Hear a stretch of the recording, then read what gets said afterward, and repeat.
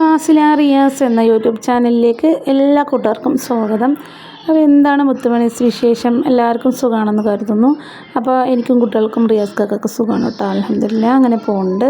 അപ്പോൾ എന്താ രാവിലെ കുട്ടികളൊക്കെ സ്കൂളിൽ കൊണ്ടുവിട്ടു കേട്ടോ. അപ്പോൾ ഇന്ന് സ്കൂളിലേക്ക് പോയിട്ടുള്ളത് റജിക്കുട്ടി ഫാത്തിമക്കുട്ടി മാത്രം കേട്ടോ. അപ്പോൾ ഇന്നത്തോടെ സ്കൂൾ പൂട്ടുകയാണല്ലോ.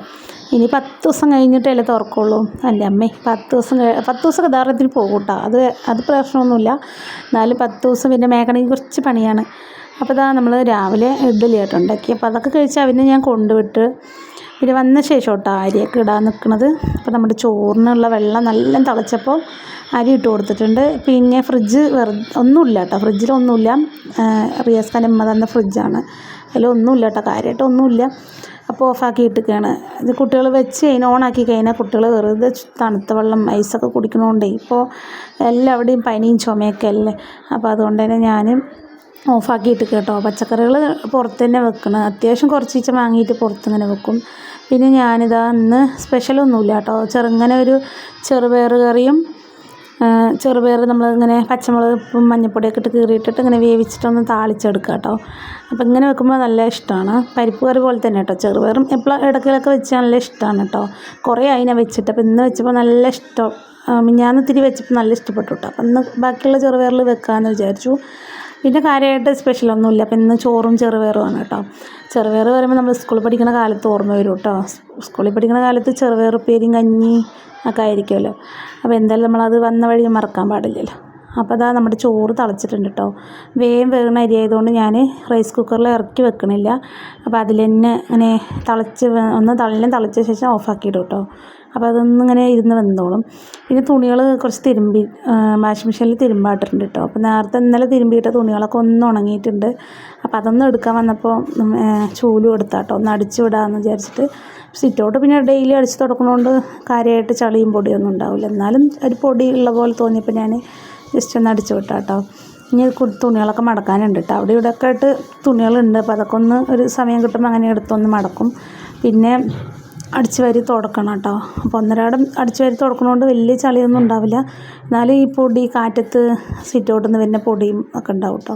പിന്നെ നമ്മുടെ കുഞ്ഞാപ്പൂ ഗോതമ്പ് അട്ടപ്പോൾ കൊടുക്കണം അവനിക്ക് കഴിക്കാൻ.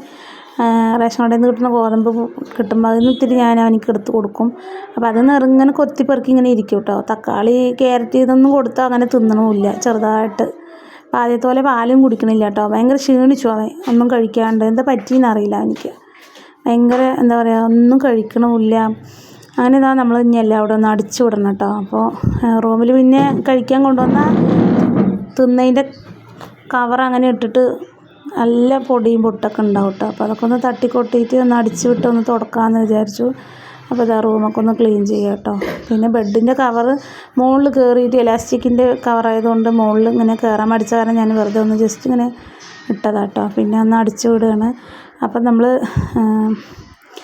ചോറ് ചെറുപയർ അടുപ്പത്താട്ടോ. അപ്പോൾ വിസിൽ വരുമ്പോൾ രണ്ടും ഓഫാക്കിയിട്ട് കഴിഞ്ഞാൽ പിന്നെ കുളിയൊക്കെ കഴിഞ്ഞ് വന്നിട്ടൊന്ന് തൂമിച്ചാൽ മതി കേട്ടോ. അപ്പം ചോറും റെഡിയാകും. പിന്നെ നമ്മൾ ഫാത്തിമക്കുട്ടിയെ വിളിക്കാൻ പോകാൻ സമയമാകും കേട്ടോ.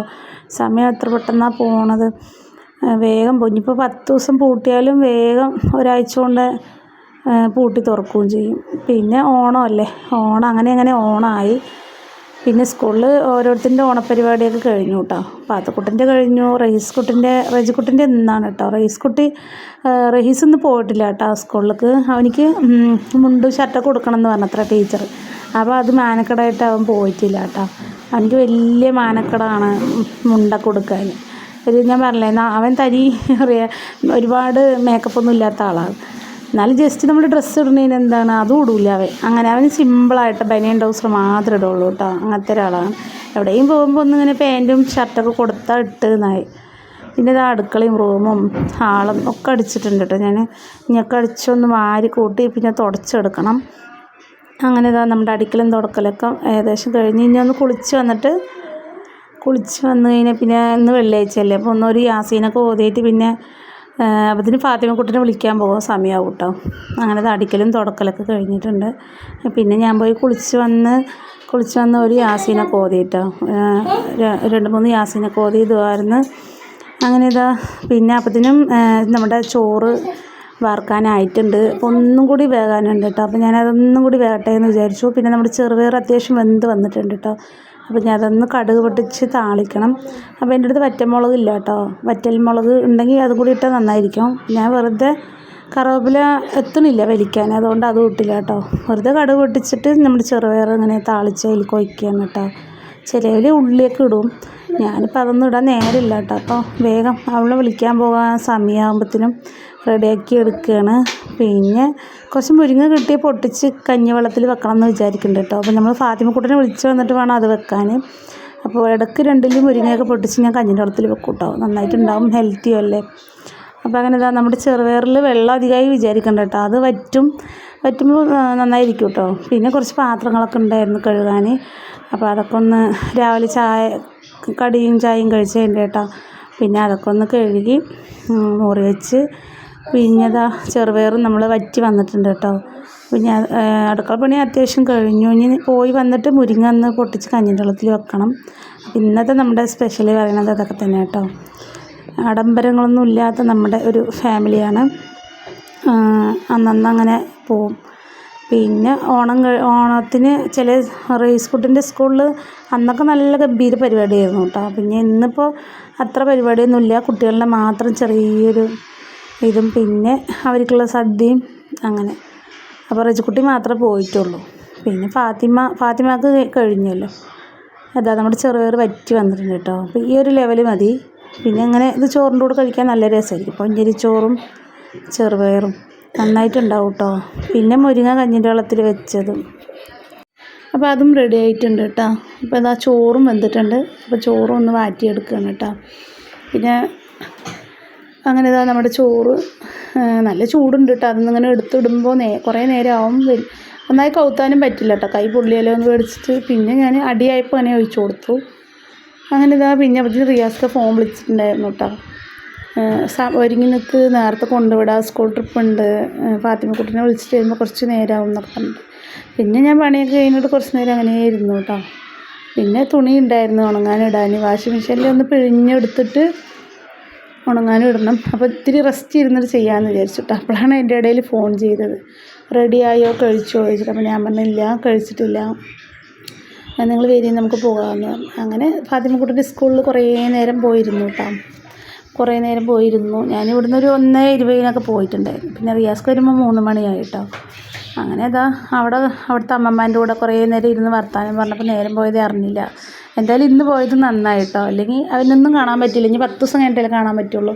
അപ്പോൾ അവനോട് ഇരുന്ന് ജോളിയായിട്ട് ഇരുന്ന് സംസാരിച്ച് ഒക്കെ ചെയ്ത് സമയം പോണതേ അറിയില്ല കേട്ടോ. അവിടെ പോയിരുന്നതിന് 2-3 മാസം ഞാൻ അവിടെ അങ്ങനെ ഇരുന്നതല്ലേ. പിന്നെ ഞാൻ നമ്മുടെ കുഞ്ഞാപ്പിക്ക് എന്തെങ്കിലും കഴിക്കാൻ വേണ്ടേ എന്ന് പറഞ്ഞിട്ട് ഞാൻ കുറേ ദിവസമായിട്ടാണ് വിചാരിക്കണം അവനിക്ക് ഇത്തിരി കൊയ്യാക്ക വാങ്ങി കൊടുക്കണമെന്ന്. പക്ഷേ ഈ അണ്ണാൻകുട്ടി ഉണ്ടല്ലോ ഒന്നും കഴിക്കണില്ല കേട്ടോ. കൊയ്യാക്ക ആയാലും പപ്പാളിങ്ങ ആയാലും മാങ്ങ ആയാലും ഒന്നും തിന്നണില്ല കേട്ടോ അധികം. എന്താണ് ഇതിനിഞ്ഞ് കൊടുക്കുകയെന്ന് എനിക്കറിയില്ല. ഒന്നും ഞാൻ ഓരോന്ന് കൊടുക്കുന്നുണ്ട്, പക്ഷേ അതിനൊന്നും അങ്ങോട്ട് പറ്റണില്ല. അപ്പോൾ അവനിക്ക് മേടിച്ച് കൊടുത്തില്ല 2 ഞാനും എടുത്തു കേട്ടോ. നല്ലത് നോക്കിയിട്ട്. എനിക്കിഷ്ടമാണ് കൊയ്യാക്ക, ഷുഗറിന് നല്ലതല്ലേ. അപ്പോൾ അതൊന്ന് 2 മുറിച്ച് കുട്ടികൾക്കും കൊടുക്കാൻ ഞാനും കഴിക്കാമെന്ന് വിചാരിച്ചിട്ടോ. നല്ല മധുരമൊക്കെ ഉണ്ടായിരുന്നു, അത്ര കുഴപ്പമൊന്നും ഉണ്ടായിരുന്നില്ല. അപ്പോൾ നല്ല സൂപ്പർ ടേസ്റ്റ് ആയിരുന്നു കേട്ടോ. ഷുഗറിന് നല്ലതാട്ടോ. പക്ഷെ ഒരുപാടും കഴിക്കാൻ പറ്റില്ല. ഒരുപാട് കഴിച്ച് കഴിഞ്ഞാൽ തൊണ്ടവേദന, ശ്വാസം മുട്ടൽ, അങ്ങനെ ചേരാത്തവർക്ക് ഓരോന്നും വരും. അപ്പോൾ എന്തായാലും എനിക്കും ചേരുമൊന്നുമില്ല, എന്നാലും ഞാൻ തിന്നു കേട്ടോ. എനിക്ക് നല്ല ഇഷ്ടമാണ്.